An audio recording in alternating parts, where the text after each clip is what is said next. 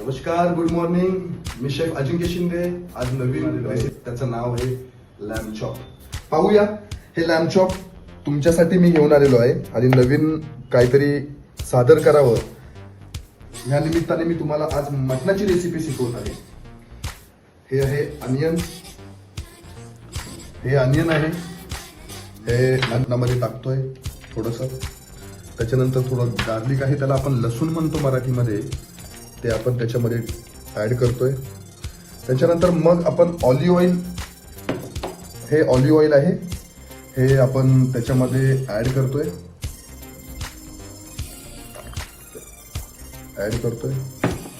त्याच्यानंतर मग आपण याच्यामध्ये 2 स्पून मीठ घेऊ. त्याच्यानंतर आपण त्याच्यामध्ये ऑइल टाकूया. ऑइल टाकल्याच्या नंतर हे ऑइल पूर्णपणे गरम झालं पाहिजे. त्याच्यानंतर मग आपण त्याच्यामध्ये हे लॅम्ब, जे मटण आपण म्हणतो, हे मटण त्याच्यामध्ये आपण सोडूया. हे जे मटण आहे, हे मटण पूर्णपणे तयार झालेलं आहे. आता आपण हे मटण एका प्लेटमध्ये काढूया. हे आहे पेटाटो. मित्रांनो, हे जे हा बटाटा आहे त्याला पूर्ण बॉईल केलेला आहे.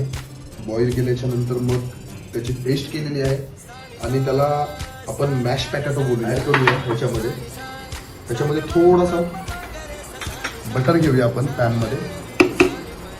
थोडासा बटर पॅनमध्ये घेतल्याच्यानंतर हा जो आलू आहे, तो आलू आपण त्याच्यामध्ये पूर्ण मिक्स करूया. आपण पूर्ण मिक्स केला आलू. त्याच्यामध्ये आपण एक चिल्लीपासून, मिरच्यांपासून आपण एक पेरी म्हणून सॉस बनवलेला आहे, पावडर बनवलेली आहे, त्याच्यामध्ये पूर्ण ॲड करूया. ती थोडीशी स्पायसी आहे आणि थोडी तिखट सुद्धा म्हणू शकतो आपण.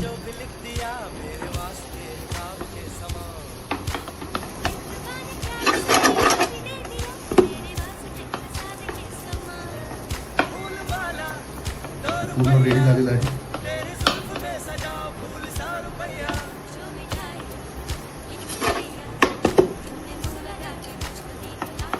मॅश पॅटॅटो आपण एका प्लेटमध्ये काढलं.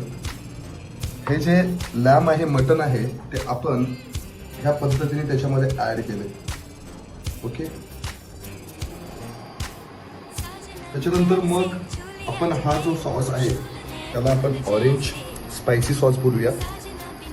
आपण गरम करण्यासाठी पुन्हा आपण त्याच्यामध्ये पॅनमध्ये त्याला गरम करूया हॉट करण्याकरिता. हॉट झाल्याच्या नंतर आपण तो पॅनमधून हा जो रेडिक्शन आहे, हा रेडिक्शन आपण त्या पॅनमधून पूर्ण आपण त्या मॅश पॅटॅटोपासून त्याच्यामध्ये रेडिक्शन हा पूर्ण त्याच्यामध्ये ॲड करूया. त्याच्यानंतर आपण त्याला एक बे लीव्स असं ॲड करूया. त्याला आपण बे लीव्स ॲड केला आपण. त्याच्यानंतर मग आपण त्याला जे रेड कॅबेज आहे, त्या रेड कॅबेजने त्याला मॅशुवीर केलेलं आहे. त्याच्यानंतर मग आपण शेरी टॅमॅटो त्याला घेतलेला आहे. ते रेडिक्शनसाठी आपण त्या ठिकाणी रीड करूया.